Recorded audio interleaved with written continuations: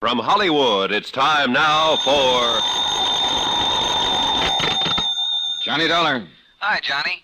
Say, didn't you tell me one time that you're quite a nut about fishing? What's that? Pat McCracken at Universal Adjustment Bureau. Doggone it, you know you spiked my plans for a fishing trip just a few weeks ago. Oh, yeah. All right. What's on your mind? Big fish, real big fish. You ever hear of Douglas R. Lanfear? Millionaire playboy, sportsman, yachtsman? That's the one. Well, didn't I read somewhere that Yeah, he you was... sure did, Johnny, at the bottom of the deep blue sea. And a $400,000 claim has been filed. You interested?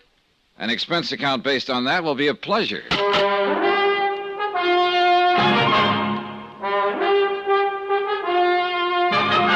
Tonight and every weekday night, Bob Bailey in the transcribed adventures of the man with the action-packed expense account, America's fabulous freelance insurance investigator. Yours truly, Johnny Dollar.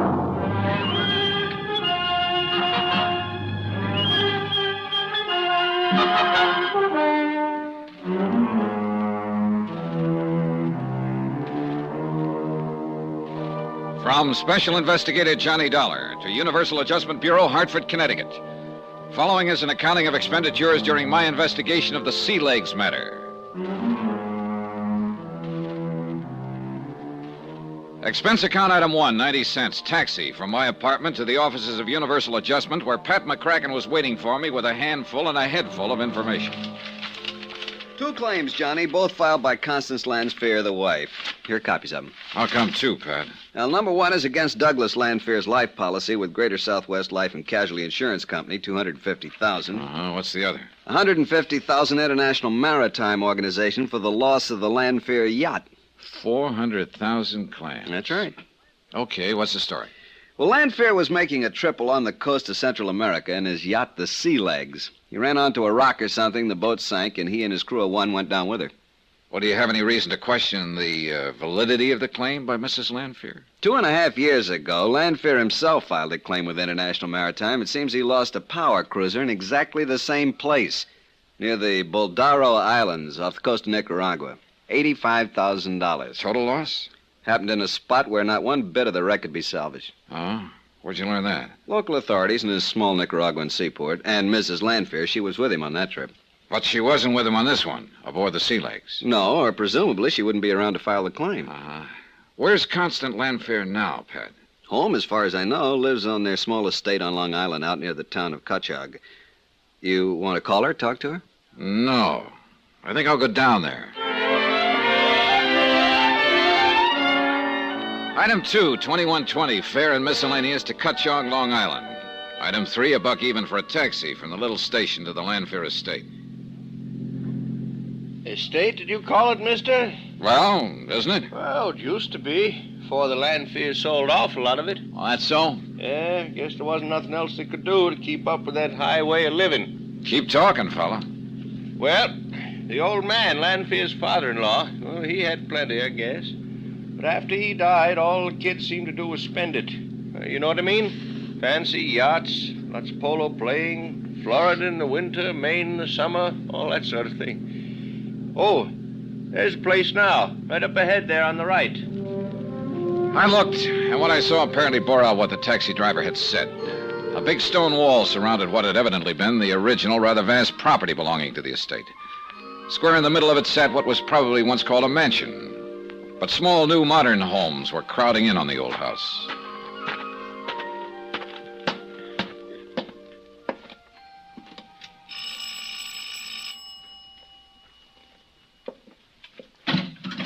Hello. Mrs. Lanfear? That's right. I'm Johnny Dollar. I'm representing the Universal Adjustment Bureau in Hartford. Oh, yes, of course. In connection with the insurance. Yes, ma'am. Well, won't you come in, please? Right in here, Mr. Dollar. And do pardon the looks of the place. I'm afraid I've neglected things somewhat since... Well, sit down, please. Thank you. I hope you don't mind answering a few questions, Mrs. Lanfear. But since you've already filed claims on the insurance policies, well, I'll try to be as brief as possible. I don't want to seem cold-blooded about it, Mr. Dollar, but the initial shock of losing Doug and the loss of the yacht is past. And there's nothing to be gained in just sitting around feeling sorry for myself, particularly in view of the day-to-day problems I have to face. What problems, Mrs. Lanfear? To be perfectly blunt about it, financial mostly. Well, I must say your attitude is very commendable. It's a necessary attitude under the circumstances. Now, what may I tell you? If you're sure you don't mind talking about it. I'd like to know all I can about the circumstances surrounding the sinking of the yacht. Well, I don't quite know how to start. We were on just a pleasure cruise. You were along on this trip? Yes. That is up until the day it happened. Oh, why did Doug ever have to... I'm sorry, Mr. Dollar. Well, we were just taking our time, cruising south along the east coast of Central America, doing a little fishing. We'd often taken the sea legs down there. That's the yacht? Yes, a motor sailor. Here, on the wall. This is a picture of her. That's Doug on deck. Oh. Isn't she beautiful? 68 feet overall, 20-foot beam, solid teak decking. Everything. Yes, that is a good-looking boat. It's terrible to lose something as nice as that, isn't it? Yes. Anyhow, along the coast of Nicaragua, Doug decided to put in at San Juan del Perro. That's where the sea legs had originally been built. But the sandbar formations have almost ruined San Juan as a port, so we went on up to Bluefields. Oh, yes, I understand that's now the best seaport on the Caribbean side of Nicaragua. You know that country down there? Only from what I've read. Oh. But go on, please. Well, while we were there, he had some work done on our radio equipment. We'd had trouble with it on the way down. Uh-huh. When the work was finished, of course, he wanted to try it out. He'd found a radio amateur in Puerto Gardo, so he asked me to stay on shore while he and the skipper went out to sea. We kept in contact every few minutes while he headed her out toward the Boldero Islands. The Boldero Islands. Isn't that where you lost a power cruiser a couple of years ago? Yes, the Connie O, named after me, and I begged him not to go out there again. Why, Mrs. Lanfear? Because of the treacherous currents between the two little islands, the great deep that lies between them. A terribly dangerous spot with pinnacles of rock that reach up almost to the surface. Well, why did he go out there again? To prove a point. That's all, to prove a point. Look, I'm afraid I don't follow you. Doug had blamed the loss of the Connie O 2 years before on poor seamanship by the man at the wheel. He wanted to prove that he could take a boat through there safely. Oh. Kind of looks like he was wrong, doesn't it? His last words over the radio were that a rock had torn the bottom out of the sea legs. Oh, Mr. Dollar, before the signal stopped, I could hear the crunching of the hull and the sound of the water as it swept in and over, and it was terrible. You sent someone out there right away, of course. Oh, yes, but it was no use. The sea legs was gone. And with it went my husband, and the man with him. And the bodies were never recovered? No. Before, when we lost the Connie O, we had time to put on life preservers, launch the small boat. I must admit, I wondered how it was. But when the sea legs went down, there wasn't time, and I could hear it over the radio, and it was terrible. It was terrible. I'm sorry. It's all right. I'm all right, Johnny. Mr. Dollar? I may have to go down there, Mrs. Lanfear, and go through the motions of an investigation, you know.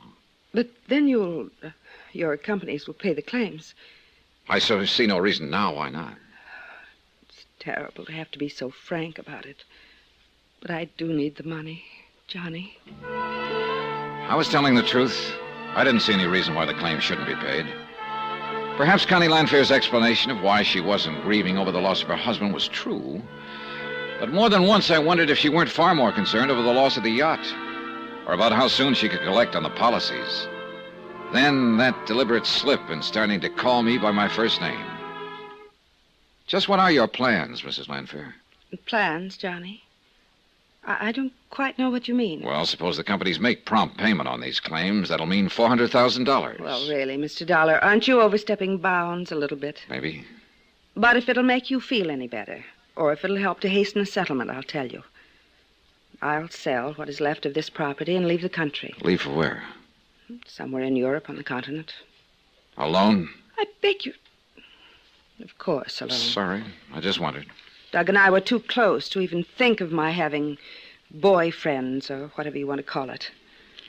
The more I think about it, the more I resent that question. No particular implication meant, Mrs. Lanfear. Next thing, you'll start implying that the sea legs wasn't wrecked at all, that Doug is still alive somewhere, and that if you can't dig them up out of the sea, your precious companies can somehow contrive to keep the money that is rightfully mine, can get out of paying off on what I thought was a legitimate... The more she talked, the more I became convinced that something was very wrong about this case. I let her vent her fury on me. It was simulated fury, I thought. Then I called the taxi again and left. Oh, no, sir, mister. You're all wrong. Them Lanfears, they was thick as 2 peas in a pod. Say, tell me, did you ever notice any particular friends either of them may have had? Well, there was always throwing them big parties. That's what you mean. Big society-type brawls. No, I was thinking of girlfriends for him or boyfriends for her. Oh, no, sir. No, sir. He was her, she was his, and no playing around. Not like most people in that set. And I know. I know everything goes on in Cutchalk. Back in New York, I found that the best immediate routing to Nicaragua was by plane to Dallas, then to Mexico City, and finally to Managua on the West Coast. I made a reservation on the Dallas plane immediately, that's item 4, and then spent $1.40, that's item 5, on a phone call to Pat McCracken back in Hartford. Well, sure, Johnny. If you think it's important enough, you have my full permission. Yeah, I've already made my reservation for the first leg of the trip. Well, now, don't go overboard on the expense account. Pat, how you talk. But you really smell a rat, huh? Well, look, according to report, the Lanfears were real buddy-buddy. She loved him, he loved her. Yet only a couple of weeks after his death, she's a lot more concerned over the loss of their boat than she is over him. Oh? You think perhaps... I don't know what to think. Meantime, if you can afford it, why don't you have somebody keep a check on her? Well, sure, Johnny, but with what specifically in mind?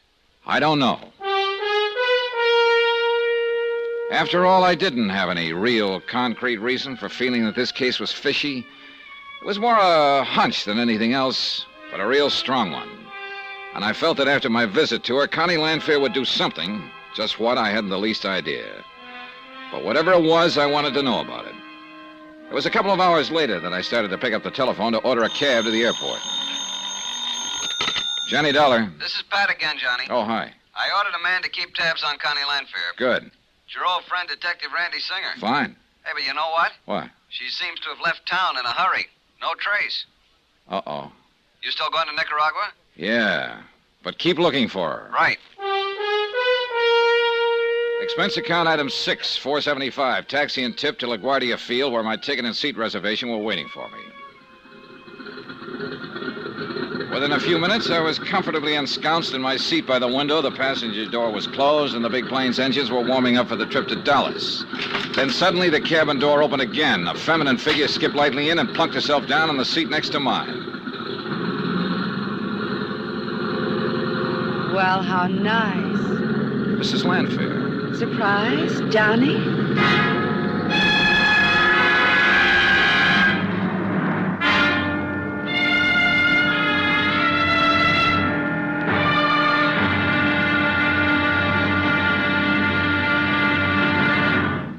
Now, here's our star to tell you about tomorrow's episode of this week's story. Tomorrow, the seeds of suspicion really begin to sprout, with the help of one of the wildest characters I ever met. Join us, won't you? Yours truly, Johnny Dollar. From Hollywood, it's time now for... Johnny Dollar. Here's your call to Hartford, Mr. Dollar. Go ahead, please. Hello? Pat McCracken. What'd you get me out of bed for this time? I'm calling from the airport in Dallas. Does that mean you're going on to Nicaragua? Yep. All right, then I know why you're calling. The answer's no. We still haven't found any trace of Constance Lanfear. So why don't you come on back here and start from scratch? Because I have found some trace of Connie Lanfear. Oh, it's Connie now, huh? It sure is, brother. And what's that supposed to mean? Pat, she just happened to occupy a seat aboard the plane right next to mine. Look, Johnny, why don't you work on the facts of the case for a change instead of on the woman involved? Patrick, ever hear of killing two birds with one stone?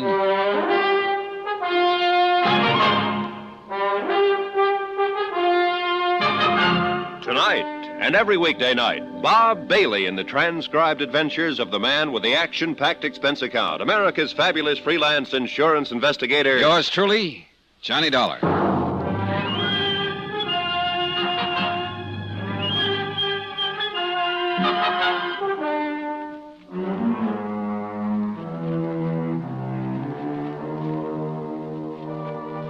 From Special Investigator Johnny Dollar, location Bluefields, Nicaragua, to the Universal Adjustment Bureau, Hartford, Connecticut. Following is an accounting of expenses incurred during my investigation of the Sea Legs matter.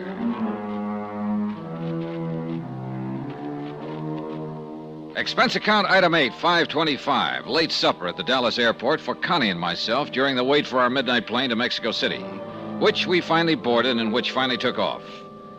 And on this trip, I learned no more, no less from Connie than I had on the flight from New York to Dallas. For instance... Doug and I were so close in everything. Same friends, the same interests. That's why we always took the long yachting trips together. Did everything together. As a matter of fact, I felt that her somewhat overdone assurances of how much she loved her late husband could have been to throw off any suspicion I might have that she'd done him in. Another, for instance. I still can't get over the coincidence of our both deciding to go to Nicaragua at the same time. But believe me, Johnny, Mr. Dollar, I'm just as anxious to clear up this whole thing as you are. The more I thought about it, the more certain I was that it was not just coincidence that had put her on the same plane with me, and the more leery I felt. I know the country so well, too. I think I told you the Sea Legs was built in a small shipyard in San Juan del Paro. That's south of Bluefields. Yeah, that's at the lower end of the East Coast, isn't it? You do know something about Nicaragua, don't you? Oh, only what I've seen on the maps. Oh. Now, let's see. We can get a plane from Managua to the East Coast? Oh, yes. Nicaragua boasts 2 or 3 commercial airlines. I'm sure at least one of them makes a direct flight to Bluefields. That's where we put in with the Sea Legs, you know, before the beautiful thing went down between those awful Boldero Islands. And took your husband with her. Oh, yes. Poor Doug. There it was again. More apparent concern over the loss of the Sea Legs than over the husband she claimed to have loved so much. And still no explanation of why she decided to go back to Nicaragua. Her decision must have been sudden, too, right after I'd seen her at her home on Long Island.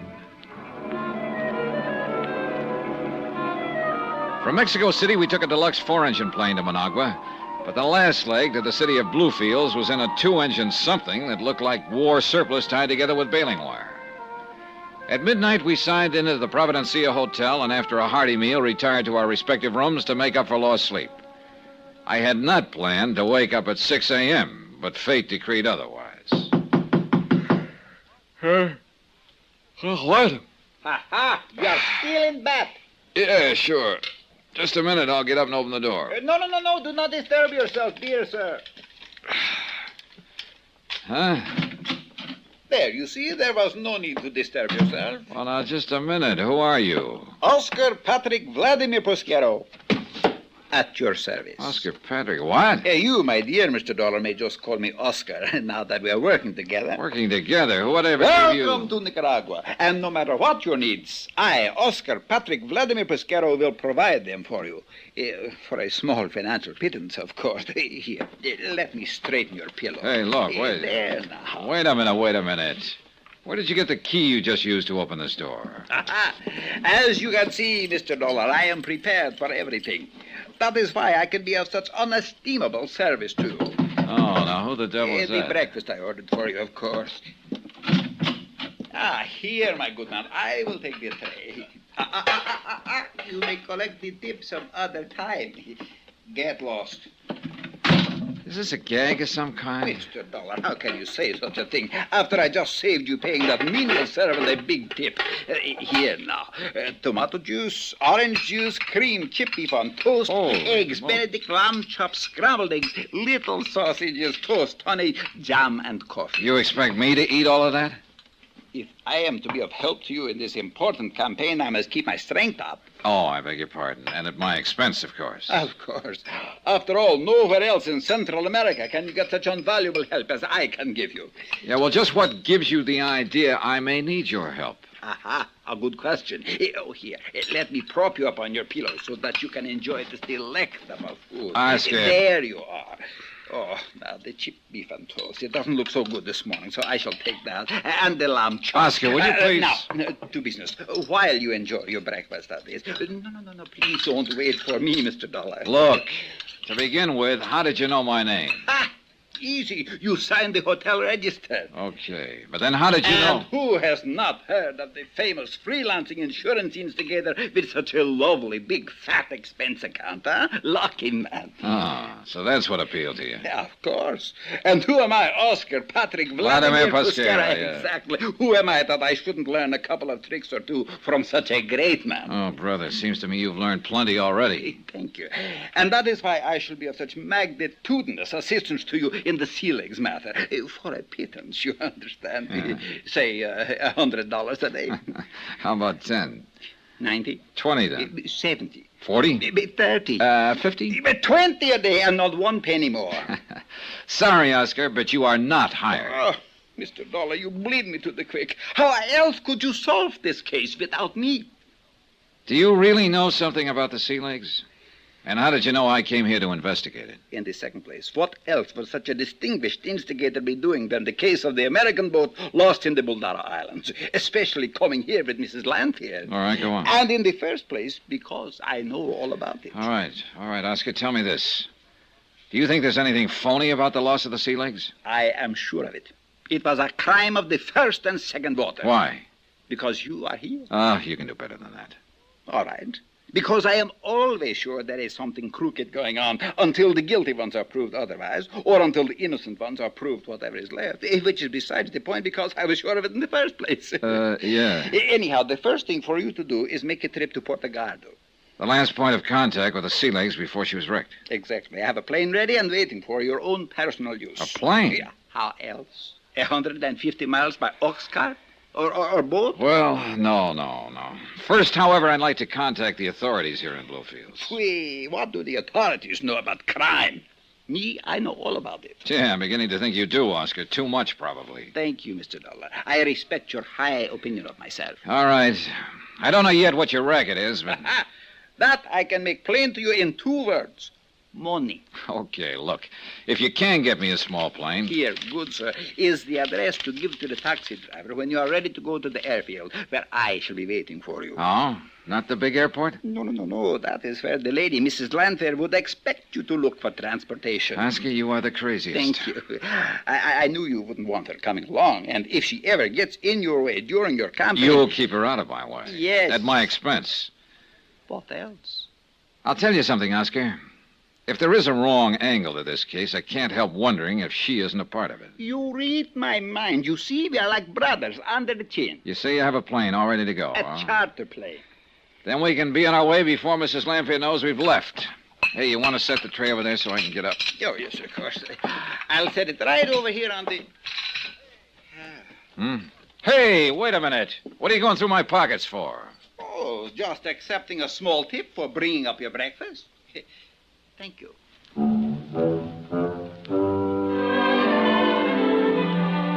If only half of what Oscar said was true, it was conceivable that he could be of help to me. I checked with the hotel manager and the local police. They knew Oscar well and told me that he pretty much lived on the occasional American tourist who showed up. That he acted as guide, chauffeur, pilot, anything for a price. That he could be trusted implicitly by whoever happened to be paying him at the moment. And, which was important to me, he knew the country and its people inside out, was a font of information about anything and anybody. So I decided to let him tag along for a while. The Federal Maritime, the equivalent of our Coast Guard, had headquarters in the harbor area, and I found a captain there who spoke fair English. I'm sorry, Senor Dollar, but you know as much as we do. We sent a boat, of course, but we find no sign of the sea legs or the poor people who go down with her. Nothing. Yeah. Well, I'm thinking of going up to Porto Gardo, where she took off on her last trip, you know. Excellent idea. From there, you can fly out to the Boldaro Islands where the wreck did occur. Now, that's what I was thinking of. But in addition to an airplane, you must also need a pilot and a guide. You have someone to suggest? I see. There is but one. Senor Oscar Patrick Vladimir Pasquera. Precisely. Item 9, 20 cents American for a 3-mile ride in an old Model T Ford to the little private airstrip where, true to his word, Oscar had rented an almost brand new 2-place plane for us. He had it warmed up and ready to go. So fasten your belt, Mr. Dollar, relax and enjoy it, and we will take off. You sure you can fly this thing, Oscar? Ah! I am the finest pilot in Nicaragua, maybe in the whole world. I'm even a co-pilot. Just how much is the use of this plane costing me, Oscar? For me, a special rate, so don't worry about it. Here we go into the... How much? Well, the usual price is $35 a day, American. But me, I always have a deal. That's on account of I give the field so much business. So now that is said... Oscar, how much? $45 a day. Do you see what a beautiful view we have from... 45? Look, the bay and the Caribbean on one side, and the flat, empty marshes and plains on the other. Now, wait a minute, And look. there, If straight $35 a day is a regular rate, what's so special about 45 for me? Oh, no, Mr. Dollar. For me, surely you wouldn't expect the finest pilot in the whole entire world to work for nothing. Why, you... Okay. But what took you so long getting to the airfield, Mr. Dollar? Oh, a couple of calls I wanted to make is all. Why? Why, you have disappointed me. And all the time, I thought you had the uttermost confidence in me. Now, what's that supposed to mean? First, you tell me you do not want the lady to know you're awake and up and going. Mrs. Lanfear? Yes. And then what happens? You tell her all about it. What makes you think that? Why else would she come tearing out to the airfield while I was waiting for you? Wait a minute. Rent herself a plane and take off in it. What? She took off just a couple of minutes before we did. Connie Lanfear, chartering a plane. Why? And to go where? And after her offer to stick by me and help me, why would she do it without letting me know? There were a lot of questions to be answered in this case, and most of them to be answered by Connie Lanfear.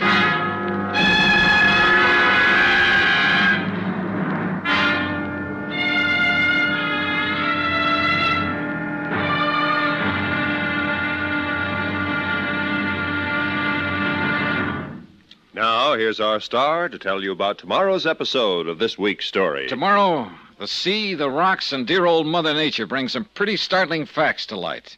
And the case takes a sudden twist. Join us, won't you? Yours truly, Johnny Dollar. From Hollywood, it's time now for... Johnny Dollar. You hear me?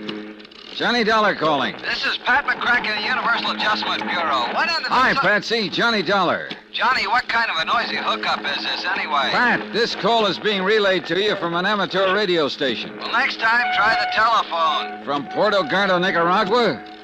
Oh, now you're coming in quite clearly. Port of what? It's a little spot on the Caribbean coast, the last port of call for the Sea Legs before she was wrecked. Mrs. Douglas Lanfear still with you? No, and I don't know where she's gone, which is why I called. So? She acted just as surprised as I was that we both took the same plane down here. And, Pat, I still don't know why she decided to come here at all. Maybe she doesn't like the idea of your going down there to investigate the case. She wouldn't admit it, of course, but that's what I think. You think she may try to obstruct your investigation? Right now, I don't know, because she suddenly chartered a small plane and disappeared.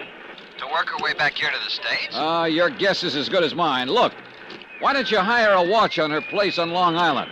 And if she shows there, call me at the Hotel Providencia. It's in the city of Bluefield. Nicaragua? Right. In any event, you think her claims for insurance on the Sea Legs and on Douglas Lanfear are fraudulent? Pat, at this point, I don't know what to think.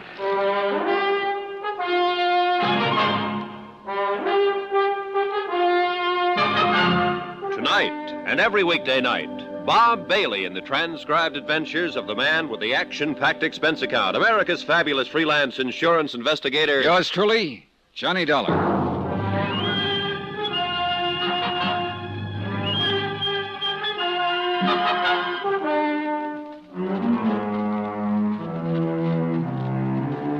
From Special Investigator Johnny Dollar, location San Juan del Perro, Nicaragua, to the Universal Adjustment Bureau, Hartford, Connecticut. Following is an account of expenditures and report of activities during my investigation of the Sea Legs matter. Pat, I lied to you during that radio contact a few minutes ago. I do think Connie Lanfear's claims for $400,000 insurance are fraudulent. Fraudulent as the very devil. But just why I think so is beyond me. At any rate, the assistant who's foisted himself on me down here is a real weirdie whose name, believe it or not, is Oscar Patrick Vladimir Pasquero. He rented a plane and has flown me here to Puerto Gardo, a half-baked little town on Nicaragua's east coast. Here is where a radio amateur made the last contact with the Sea Legs before it smashed up and sank off the Boldero Islands. And who is the operator of this ham station? Oscar Patrick Vladimir Pasquero. Phew, such a long talker, Mr. Dollar. I'm cranking this generator until my arm is nearly dropping off. Well, I'm sorry, Oscar, but that contact with the States was important. Even my back is tired. I know. I'll make an expense account to you. Say $10. You try that, and I'll fly back to Bluefields without you. Oh, please, Mr. Dollar, no joking, please. Who's joking? What, without me, you would be a lost soul in this vile country. Hey, tell me something. Why did you ever set up a transmitter in this isolated fishing village? I should set it up in Bluefields? Ha! They even wanted me to have some kind of license up there. Disgusting. And a waste of money, too. Now, that reminds me. Do you have a pilot's license? Who needs a pilot's license when those little planes practically fly themselves? Besides, a pilot's license costs money, too. Well, I have one, so from here on in, I stay at the controls. No confidence in me, no confidence in you. What a smirch on the good name of Oscar. Okay. Now, let's get out to that flat where you parked the plane. I want to fly over the spot where the sea legs went down. You see how invaluable I am? Huh? Without me, you wouldn't even know where to look for the Boldaro Islands. You know darn well, all I have to do is look at the charts in the cockpit of the plane. But, Mr. Dollar, that wouldn't be fair.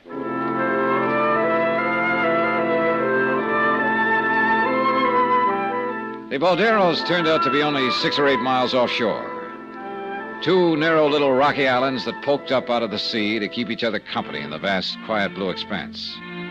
One of them was perhaps a mile long, and the other, just a couple of 100 yards away and stretching parallel to it, was even smaller.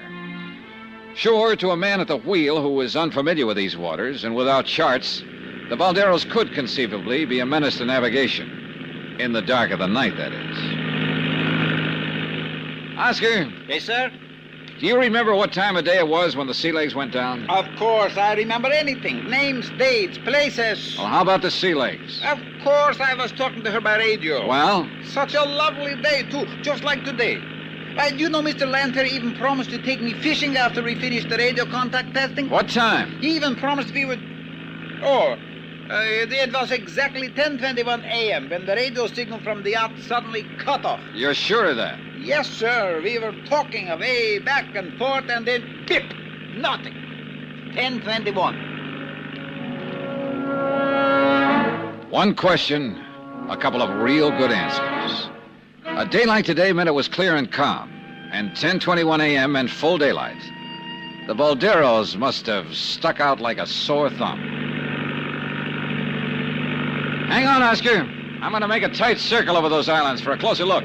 You sure you wouldn't like for me to steer, Mr. Dollar? I'm sure. But if you do all the work, how am I ever going to earn the handsome restrainer you're going to pay me? Wait a minute. Yes, sir? That channel between the islands is as smooth as a mill pond. Sure, it always is, except during a storm. And so clear you can see way down into it. Oscar, I thought there were a lot of pinnacles of rock sticking up in that channel. Oh, maybe at low tide, 1 or 2 on the east side, that is shallow. Otherwise, like you see it now. And what's supposed to make the channel so dangerous? The current that runs through it when the tide is changing. Mr. Dollar, it's how you say, a dilly. Like now, when the tide is coming in. Enough to wreck a boat like the Sea Legs? If the skipper wasn't watching the road. You should see how the current wobbles and squirms. Hey, look, there's a packing case down there floating around. You see? First one direction, then the other, shifting around like a crazy. Yeah. Oscar, I think that packing case is going to be a big help to us. Maybe there's something in it that might be worth money or something. Oh, stop thinking of money. Then how? We're going to see just where the current delivers that packing case. You want to know where that packing case will be ending up? That's what I said. Then steer back to Portugaldo, to the beach in front of my superlative radio station. Huh? Sure. How else do you think I got all the lumber and furniture and stuff from my radio shack?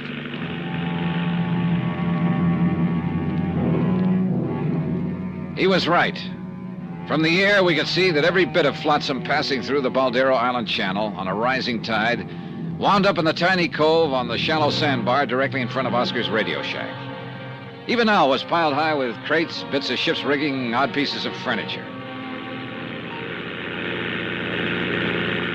That junk stay down there forever, Oscar? No, Mr. Dollar. Once a month, a real big high tide comes along, and presto, I have a clean front yard again. But I always make a trip up here before then. What do you mean? Sure, that's why I'm Nicaragua's #1 beach brusher. Oh, stop being corny. What do you mean beachcomber? So I have to brush the sand off everything I pick up down there. So you didn't laugh. What do I care? Anyhow, you should see some of the valuable things I pick up to sell to the natives. Well, tell me, 2 years ago, when the Landfear's other boat went down. You should have seen it. Everything that could float ended right up in my front yard. It was beautiful.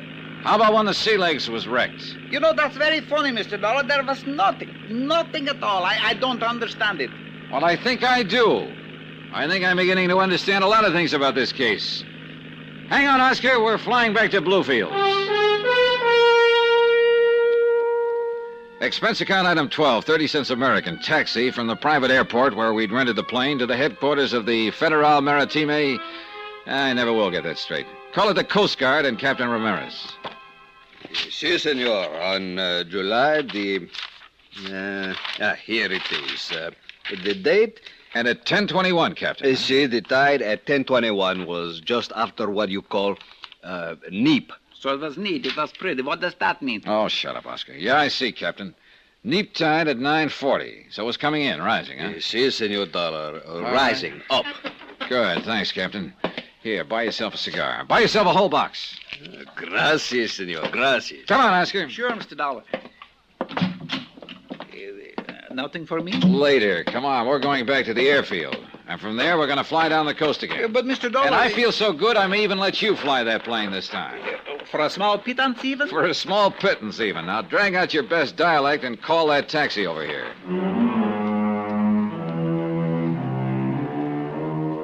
Item 13, $6 for the Capitan. Item 14, 50 cents taxi back to the airfield. For some reason, the fare in the old Model T went up every time I used it. Or did Oscar wink some kind of a deal with the driver that he could cut in on later? Item 15 and another $45 for rental of the plane, and I'm sure it all went into Oscar's pocket. That his knowledge of the language enabled him to persuade the owner we shouldn't pay 2 rentals in one day. We headed south and made good time. But where are we going? Another few minutes and you'll be down to Costa Rica. What's that little seaport straight ahead? San Juan del Perro. And according to this map, it has a more than adequate landing field. Look, do you see what I see down there on it? Yeah, exactly what I hoped to see. The twin of this plane. The plane in which Mrs. Landfear disappeared this morning. I'll land right beside it. No sooner said than my name is Oscar Patrick Vladimir Pastero. Don't these little fields have any personnel? Ha! If they get 2 planes a month, they think it's a crowd. Yeah, but there must be somebody. There's a car back of the hangar. Good. Then we'll have transportation into town. You still haven't told me why you decided to come here. Was it because Mrs. Landfear did? That was something I didn't know until I saw that plane down there. All right, easy now. Don't land too close to it. I am in perfect control. Here we go. No, Oscar, it was a hunch, based on the fact I remembered that the Sea Legs was built in this town. Hey, nice landing. Thank you, Mr. Dollar. Maybe a little extra bonus for such a good job. If you don't of stop landing. talking about money, you're going to have to find yourself a... See, am I crazy? Isn't there someone in the cabin of that other plane? Hey, the car, it's coming over to meet us. Hey, watch it, Oscar. That darn fool is heading right across our landing pad. Huh? Come the engine. Is he crazy? Can't he see us? Hey, swing hard, but don't flip us. Come on, more throttle. It's already there. Then straighten out. Take I off. can't. What'll I do? What'll I do? Let me hit those controls and hang on. Here he comes. He'll hit our gear. Hang on.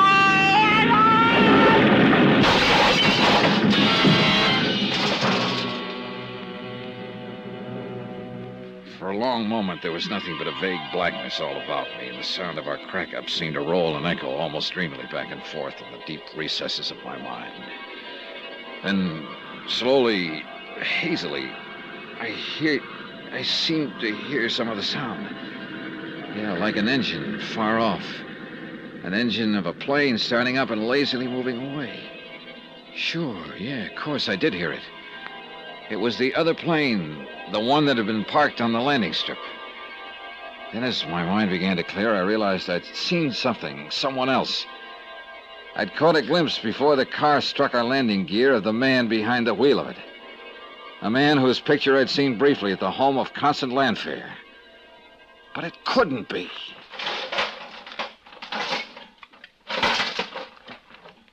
Oh, Mr. Dollar. Am I still alive? Yeah, Oscar. I'm afraid you are. Thank you. But did you... Oh! Did you see who was driving that car? Oh, You recognize him? look. Maybe they're both dead, like he is. And that's why we saw him. Douglas Lanfear? Yes, sir. Mr. Douglas Lanfear.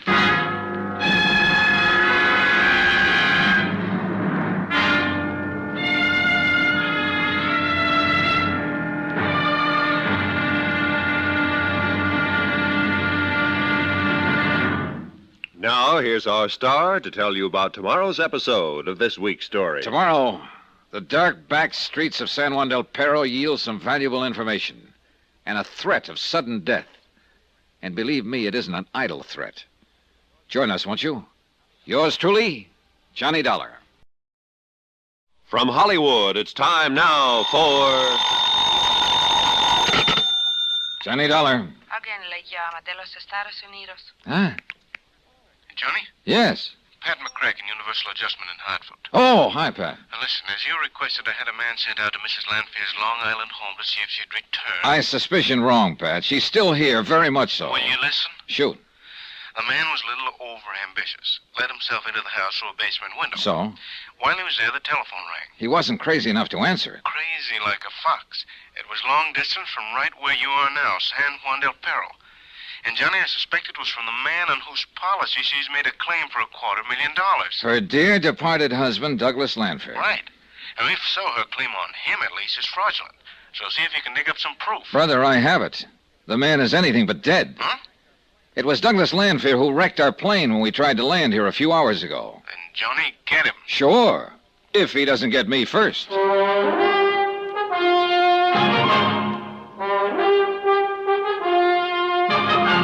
Tonight and every weekday night, Bob Bailey in the transcribed adventures of the man with the action-packed expense account, America's fabulous freelance insurance investigator. Yours truly, Johnny Dollar.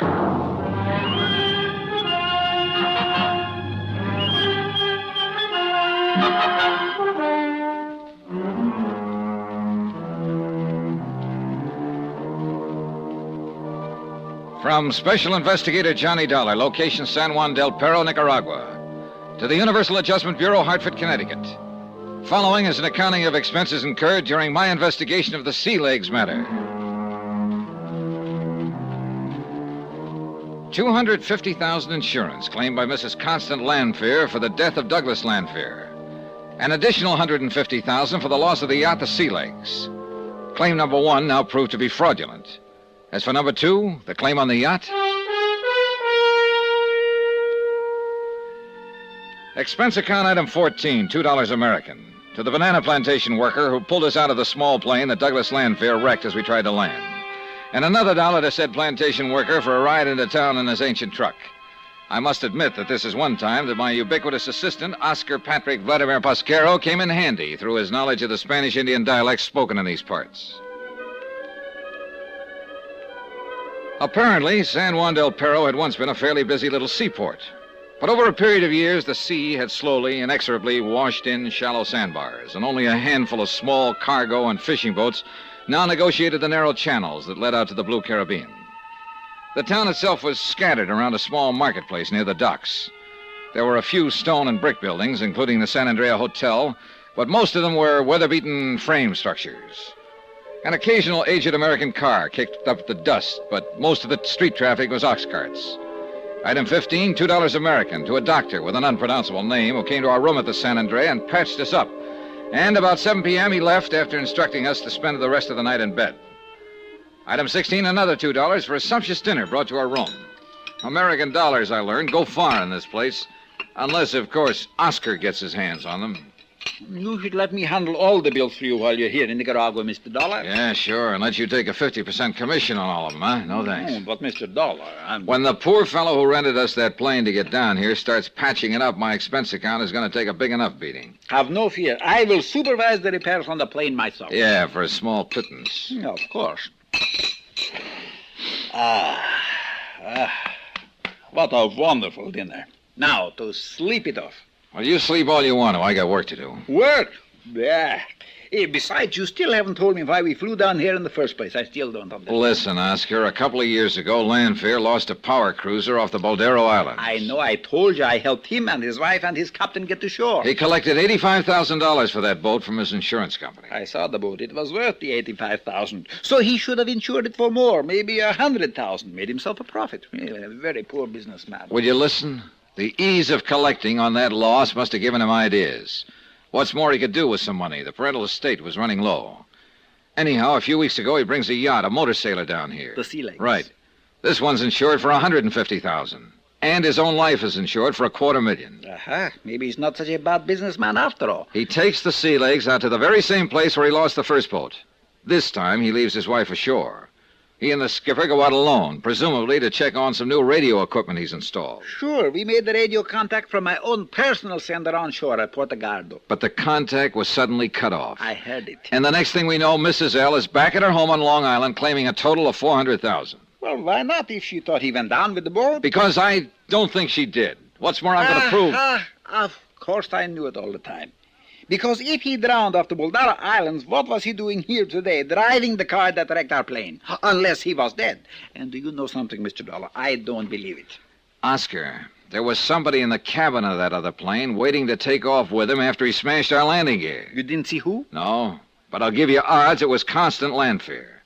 Another thing, she said that when the Sea Legs went down, she heard it go over the radio. You said that the signal just suddenly cut off. Mr. Dollar, you don't think the yacht was wrecked at all? Not any more than I think Lanfear went down with it. Then where is it?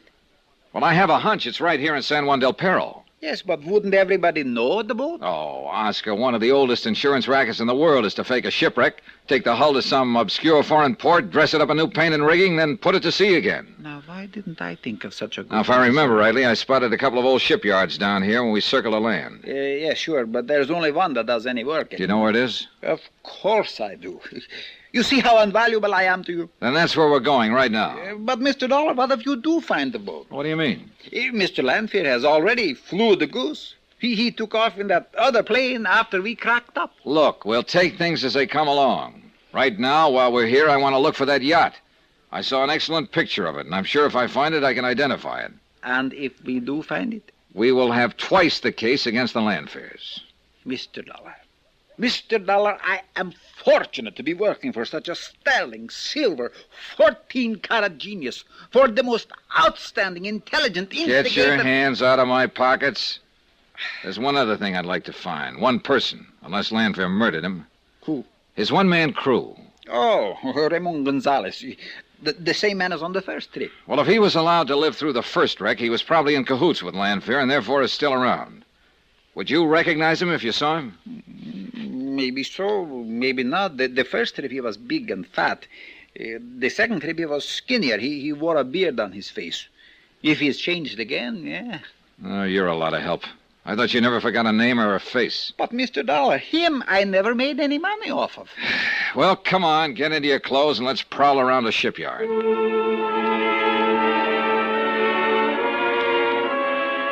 It was only a few minutes after 8, but the town was practically asleep, except for an old saloon down near the docks.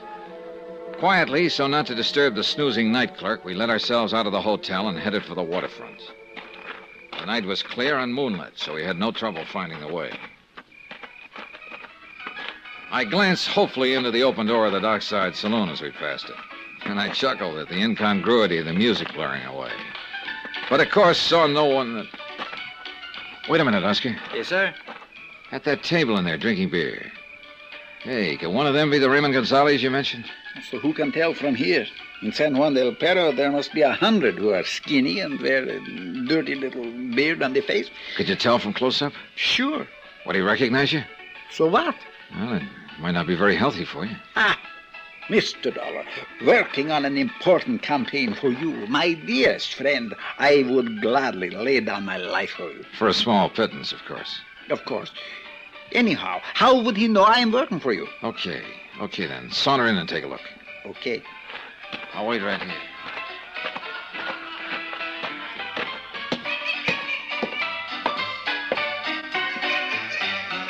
Good evening, gentlemen. It's a nice weather we're having, huh? Es buen día, no?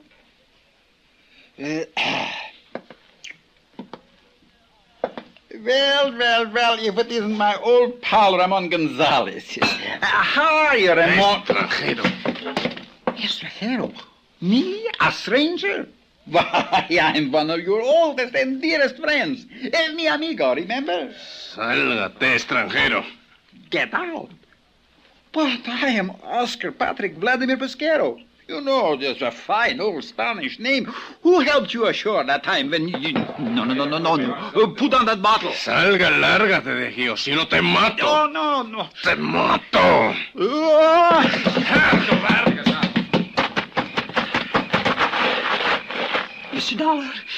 Mr. Dollar. Yeah, I don't think they liked you to interrupt their little beer party. He threatened me with a knife.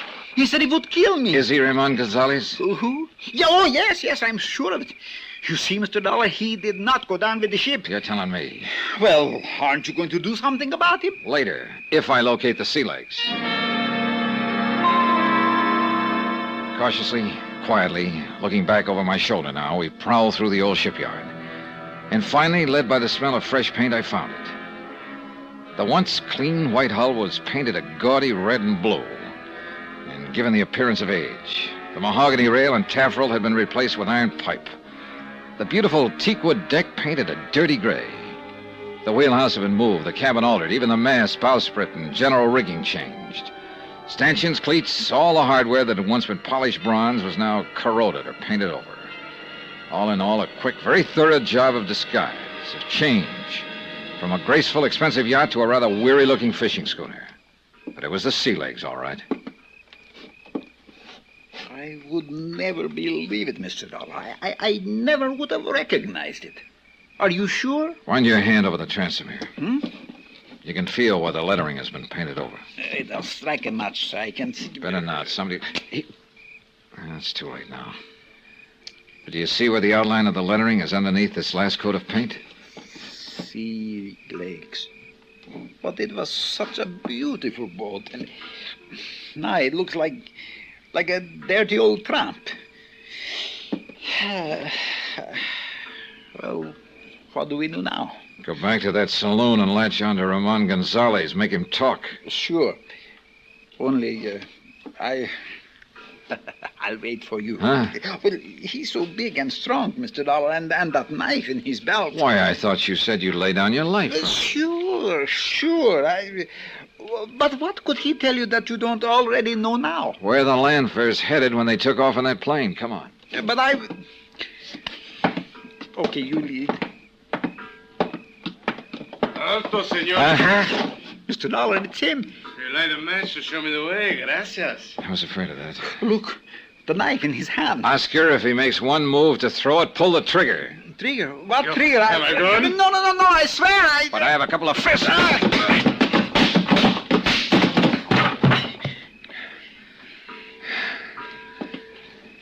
Well, let's bring him in. Bring him to so I can question him. No. Let's get out of here. Please, Mr. Dollar, he may have a friend around. Right, Oscar, he has. And this one carries a gun aimed straight at Mr. Dollar's back. Well. Mrs. Landfair. Surprised, Johnny?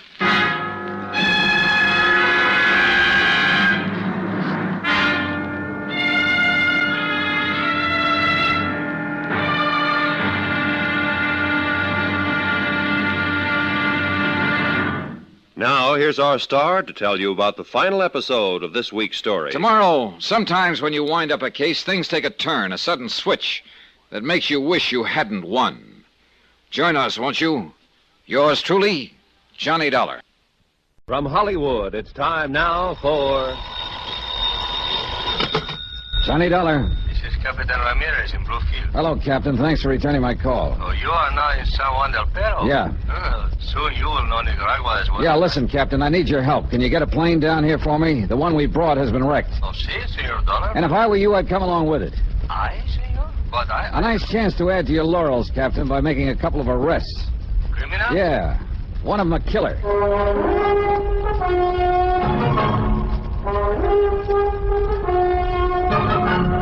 Tonight and every weekday night, Bob Bailey in the transcribed adventures of the man with the action-packed expense account.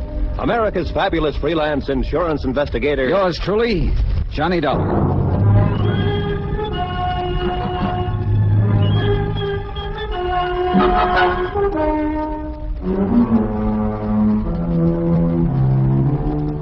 From Special Investigator Johnny Dollar, location San Juan del Perro, Nicaragua, to Universal Adjustment Bureau, Hartford, Connecticut. Following is a final accounting of expenses and report on my investigation of the Sea Legs matter. Expense account item 18, $1 American. Phone call to Captain Jose Ramirez of the Federal Maritime... I still can't spell it. Call it the Coast Guard. But a lot of things happened before I could make that call. Like the fast plane trip that we made to San Juan del Perro in the hope of finding the yacht, the Sea Legs, despite a big insurance claim based on its alleged loss at sea. Like the fact that our plane was wrecked for us by one Douglas Landfair, despite a big claim based on his alleged death at sea. Like our discovery of the yacht, carefully altered and repainted in an old shipyard. Our discovery of Ramon Gonzalez, a member of the crew who was supposed to have gone down with her. Come on, Mr. Dollar, let's get out of here. Oh, no, Oscar. Not until I revive this Gonzalez character and make him talk. But he may have a friend around. Quite right, Oscar. He has. Huh? And with a gun aimed straight at Mr. Dollar's back. Well, well. Connie Landfair. Surprised, Johnny? Not particularly. Stand still. I won't hesitate to pull this trigger. No, I guess you wouldn't. So you found the Sea Legs. Or did Oscar help you? Oh, then you're familiar with Oscar Patrick Vladimir Pasquero. Ask him, the chiseling money grabber. Please, how can you say such a thing about such a Oh, spell? shut up, Oscar. Thank you. Nice job you did of disguising the Sea Legs, Mrs. Landfair. If Oscar hadn't shown you where to find it, my husband and I would have it out to sea again. In new clothes, under a new flag. Oh, yeah, and... sure. One of the oldest games in the business. And in the meantime, you would have collected $150,000 on its supposed loss, in addition to $250,000 on your husband, Douglas. Why did you have to come along, Johnny? I'm afraid you asked for it when you filed your claims. $400,000. We had to. We were in trouble. Oh, sure, because you spent every nickel you could get your hands on. No. We inherited the estate. I told Douglas that Oh, we should yeah, try sure. All his fault. It's true. Well, that ain't the way I heard it. And I don't intend to believe it any more than I believe a couple of things you told me on the plane down here. You don't understand. Nobody has to lie. But remember how you sobbed as you told about the last radio contact with your husband when, as you put it, you could hear the rocks grinding away at the hull and the water pouring in overside as he desperately fought for his life? Johnny, please. Well, I heard it a little different from Oscar here. The radio signal was suddenly cut off, that's all. No fancy sound effects, nothing. Oscar told you that? And what rocks, by the way, that smashed the Sea Legs? I flew out to the Baldero Islands and tried to find them. They were as non-existent as the wreckage that should have washed ashore on the Baldero Current. I'm beginning to see some things, Johnny. The mate or skipper or whatever you want to call him, who was supposed to have been with your husband, had been lost with a boat, Ramon Gonzalez. Well, as you can see, he wasn't quick enough when he attacked us here a minute ago, and I had to get a little rough with him. Johnny. As for your having a gun pointing at my back, stop kidding, Connie. You know more Johnny, look out!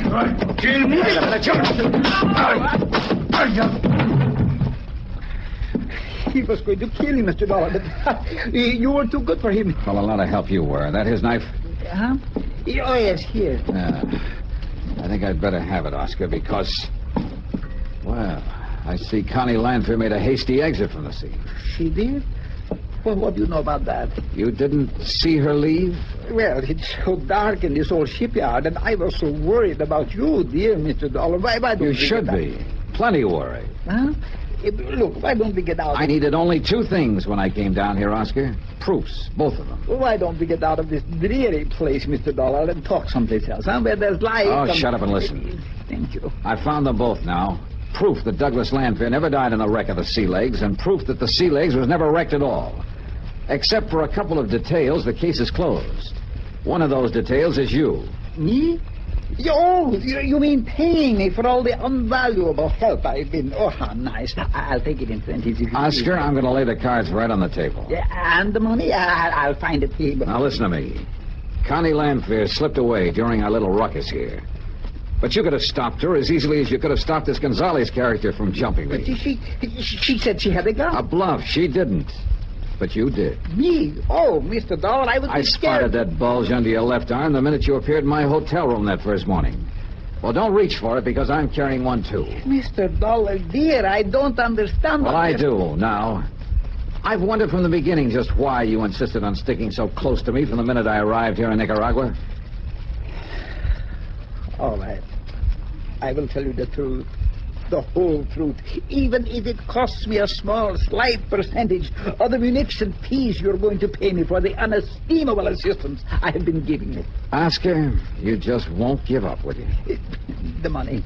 That's what it is. The money. Like I get from all the Americans who come here to Nicaragua. Only from you it was not for sightseeing, guiding, but for all the help. Like, for instance, the money you've been getting from the Lanfears? I cannot tell a lie, Mr. Dollar. I did get some money from Mr. and Mrs. Lanfear, you know, for various and Sunday services when first they came here. But why not? Including the use of my radio sender. You see, if I hadn't known they would pay me well for the using of my radio... Your unlicensed radio. My unlicensed radio, because the license cost too much. Why, I would never have been able to know about the wreck that didn't happen and so skillfully lead you to the Boldara Islands and all the clues that I... Yeah, well, you know what I mean. What you really mean, Oscar, is that you expected a lot more from them if their crazy plan to collect on the insurance policies worked out. You're sure? Because no, Mr. Dollar, no, I was only trying to help you. Think, Mr. Dollar, about all the things I've told you about. You were careful not to tell me a single thing that I wouldn't have learned anyway. Oh, Mr. Dollar. Why did you insist right off the bat that we fly to Puerto Gardo, for instance? Why, of course. Apparently to help me for a small pittance, of course. But actually it was to keep me out of the way while Constance Lanfear made contact with her husband here in San Juan del Perro. No, please, No doubt you worked that all out with her before you busted in on me that first morning. Then when we did get to Puerto Gardo, tried to prevent me from spotting the current that would have taken any wreckage from the islands and washed it ashore on the sandbar at Puerto Gardo, if the sea legs had gone down. That isn't... No. I told you about that strong current that very then, too. Sure you did. But only because you realized at that point that I couldn't help finding out about it anyway. Mr. Dollar, you're making a crook out of me. Making a crook of you? Well, I had this little item, Oscar. When we started to land our plane and Douglas Lanfear came at us with his car, you know as well as I do that you could have avoided it. Kept us from snapping off our landing gear and crashing. Oh, it was nicely done, too. So that you wouldn't get badly hurt, would still be up and around to collect from Lanfear for it. Oh, Mr. Dollar, how can you even implicate such a horrible thing? You, my dearest, my undying Because friend. of your little suggestion along the way that I unfastened my seatbelt and relaxed, while you, I noticed, kept yours tight. One thing after another. And finally, of course, armed as you are, you not only let Gonzalez attack me, but you let Connie Lanfear escape as well. And all for money. Money. That's all you've talked about. How did you figure to collect for all this? All right. It's true. It's true. All my life, in every country in the world, I've been... Whatever I have done has been because I love money. But I swear it, Mr. Dollar. I would have never let them kill you. Because I do like you, Mr. Dollar. I almost... Even with all the money I could get from them, I almost gave it up. Yeah, for whatever you could get from me. Yes. And because you're such a nice man, I guess I'm not used to being around nice... Mr. Dollar. Well? Mrs. Lanfear. What about her? Don't be too hard on her. It was all his doings. He had such a strong hold over her. The way he treated her, sometimes I almost thought she wished he had gone down in a wreck of the boat. What are you talking about? She's still in it. Because by now she's so far in, she has to stick with him. Don't you see? Oh, yeah, I suppose that does make sense. All right, what else? Yeah, that's all. I have opened up my whole entire heart. Well... Mr. Dollar, for once in my life, I'm telling the truth. I thought maybe I could persuade you to pay me more than they could. Then I could be on your side, on the good side, just for once. But now Well, I guess I can only beg for your mercy. One thing you haven't told me, where Douglas Lanfear is. You must know. Well, do you? Yes. Well, For maybe enough of a small pittance to get out of this country. can't get over it, can you? Well, you haven't much of a choice this time. You will help me maybe just a little bit if I can. We'll see. I'm living on hope, Mr. Dollar, so I will tell you. Mr. Lanfear. Mr. Lanfear is right here. Oh. And well armed, Oscar, ready to blow your brains out for what you just told this nosy insurance investigator. Be careful, please. Mr. Dollar, he has a gun. Yeah, I see. So have you, Oscar. Yes. Yes, I have. Careful, Oscar. And if it is the last thing I do, the man who got me into this is going... Oh, no, you don't. No! Oh, no.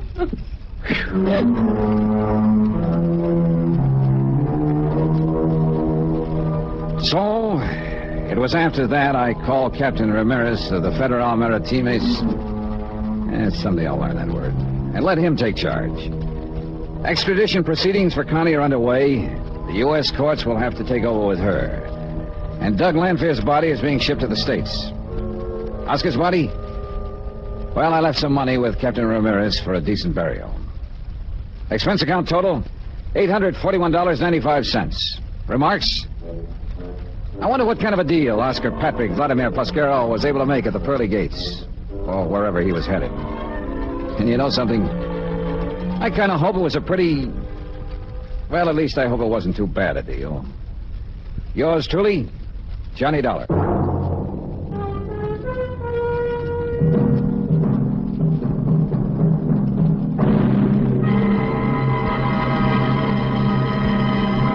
Next week, the promise of romance in the arms of a lovely girl, and the threat of a knife in the back. Join us, won't you? Yours truly, Johnny Dollar.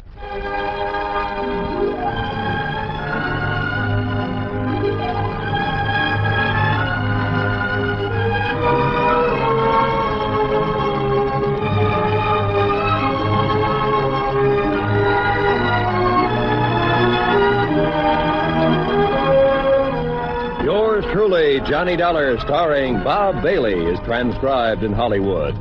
It is produced and directed by Jack Johnstone, who also wrote this week's story. Heard in our cast were Harry Bartell, Lawrence Dobkin, Virginia Gregg, Parley Bear, Don Diamond, and Russell Thorson. Musical supervision by Amerigo Marino.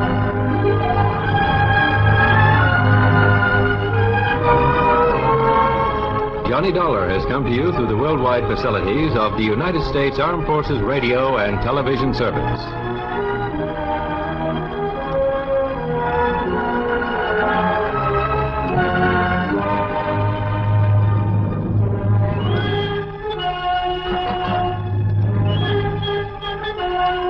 Thank you.